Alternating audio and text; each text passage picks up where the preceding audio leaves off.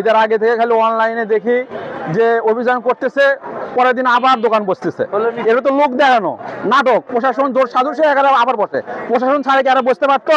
কখনোই বসতে পারতো না। এটা জনগণের উপর একটা বাড়তি চাপ, প্রশাসন বাড়তি চাপ জনগণের উপর চাপিয়ে দিচ্ছে এখন।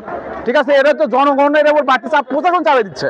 কারণ 2 দিন পর পর এখানে দোকানদার বসে, আবার 2 দিন পর পর আবার তুলে দেয়। 2 দিন পর পর নাটক দেখি। এই নাটক আর জনগণ কতদিন দেখবে ভাই?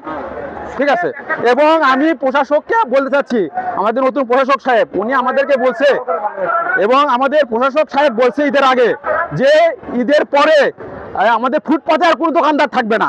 আমরা মাননীয় প্রশাসককে চাই যে মাননীয় প্রশাসক, আপনি যে ঈদের আগে আমাদেরকে বলছেন যে আর কোনো ফুটপাতে দোকান থাকবে না, আপনি এটা আমাদের জন্য বাস্তবায়ন করুন, আমাদের জনগণের জন্য এটা বাস্তবায়ন করুন।